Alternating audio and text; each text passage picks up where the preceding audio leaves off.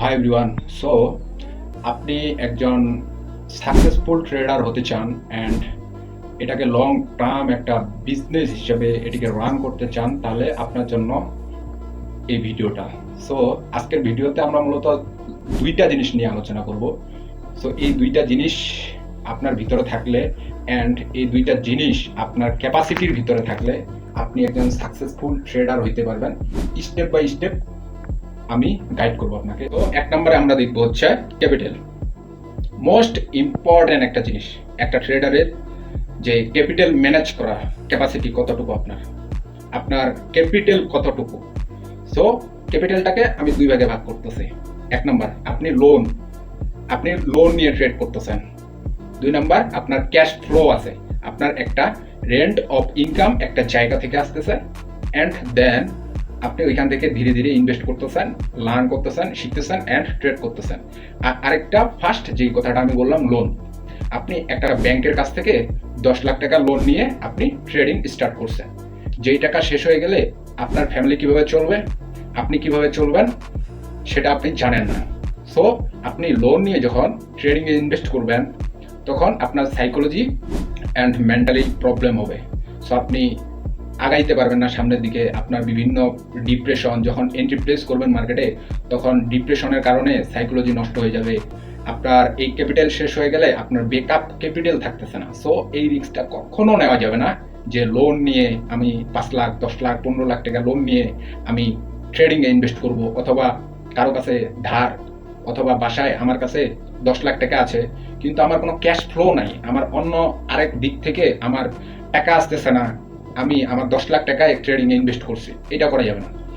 যখন আপনার কাছে একটা ক্যাশ ফ্লো থাকবে আপনি তখন ধীরে ধীরে ধীরে ধীরে আপনি ট্রেডিংয়ে ইনভেস্ট করতে পারেন অ্যান্ড এখান থেকে একটা সাইড অফ অ্যামাউন্ট আপনি গ্রো করতে পারেন। $1000 থেকে $1,00,000 পর্যন্ত বানানোর একটাই ফর্মুলা, সেটা হচ্ছে আপনার ডিসিপ্লিন, সেটা হচ্ছে আপনার ক্যাপিটাল কত আপনার কাছে, আপনার বেকআপ ক্যাপিটাল কত, অ্যান্ড এক নম্বরের যে দুইটা আমরা শেষ করলাম। সো সেকেন্ড বিষয়টা হচ্ছে আপনার প্রফিট ম্যানেজ করার ক্ষমতা।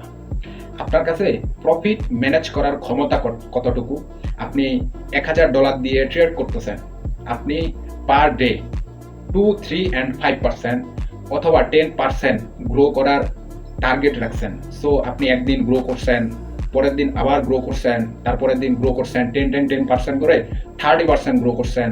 দেন চতুর্থ দিনের দিন আপনি কি করছেন, ওই 30%-এর সাথে আরো 20% অ্যাড করে মার্কেটে একটা এন্ট্রি প্লেস করছেন অ্যান্ড আপনার ক্যাপিটাল 50% কমে গেছে।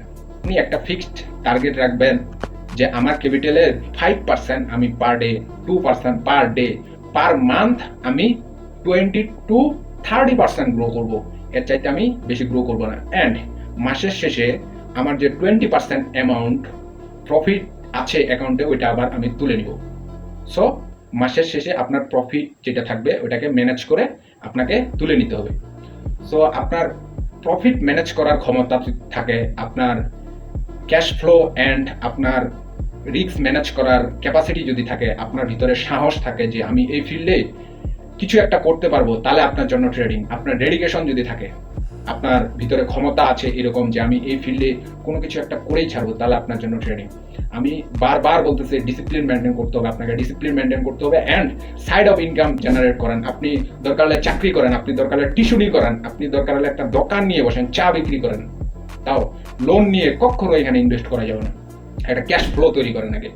সো আপনি এই দুইটা নিয়ম, এক নাম্বার আপনার ক্যাপিটাল, দুই নাম্বার আপনার প্রফিট ম্যানেজ করার ক্ষমতা, আর এই দুইটা সাইকোলজিক্যাল জিনিস যদি আপনার ঠিক থাকে অ্যান্ড আপনি ট্রেডিং শিখে প্রপারলি ট্রেডিং শেখার পরে এখানে এই দুইটা ডিসিপ্লিন মেনটেন করে এই জায়গাটাতে আপনি কাজ করতে পারেন, তাহলে আমি মনে করবো আপনি $1,000 থেকে $1,00,000 পর্যন্ত পৌঁছাইতে আপনার বেশি দিন সময় লাগবে না। সো ধন্যবাদ সম্পূর্ণ ভিডিওটা দেখার জন্য।